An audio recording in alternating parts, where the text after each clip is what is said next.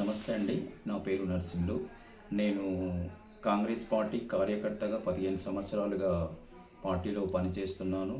ఇప్పుడు నాకు అవకాశం వచ్చింది కాబట్టి నేను కాంగ్రెస్ పార్టీ నుంచి సర్పంచ్ అభ్యర్థిగా పోటీ చేస్తున్నాను.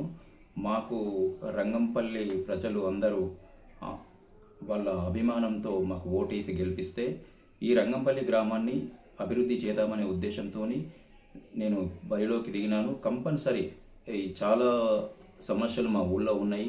ఇవన్నీ పోవాలంటే నేను మా పార్టీ నుంచి ఈ ప్రజలు నన్ను గెలిపించాలి. మా విలేజ్ ప్రజలు గెలిపిస్తే నేను ఈ ఉన్న సమస్యలన్నీ తీరుస్తానని మీడియా ముందు హామీ ఇస్తున్నాను. ఇప్పుడు మనం చూస్తున్నాం రంగంపల్లి విలేజ్లో చాలా వరకు నిన్న మొన్న ప్రచారానికి వెళ్ళినాం. ఇంతకుముందు కూడా మాకు తెలుసు సమస్యలు చాలా ఉన్నాయి రంగంపల్లిలో. ఇంకొకటి ఏంటంటే 10 సంవత్సరాలు మన టీఆర్ఎస్ ప్రభుత్వమే ఉన్నది. ఇక్కడ ఎలాంటి అభివృద్ధి అనేది జరగలేదు.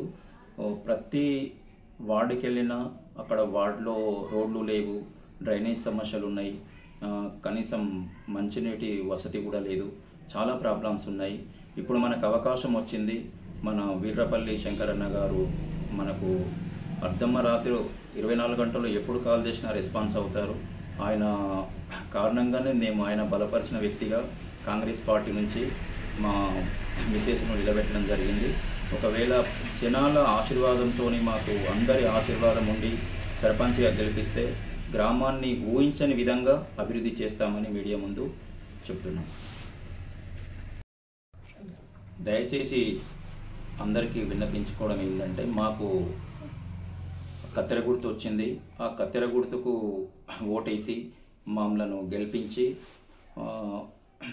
11 తారీఖు రోజు ఉదయం 7 గంటల నుంచే స్టార్ట్ అవుతుంది. అది తక్కువ సమయం ఉంది. 1 గంట వరకు మనకు ముగింపు అవుతుంది. అందరికీ దయచేసి చెప్పడం ఏంటంటే, మీ అమూల్యమైన ఓటు మా కత్తెర గుర్తుకేసి గెలిపించవలసిందిగా కోరుచున్నాం. ప్రజలకు నా యొక్క నమస్కారం.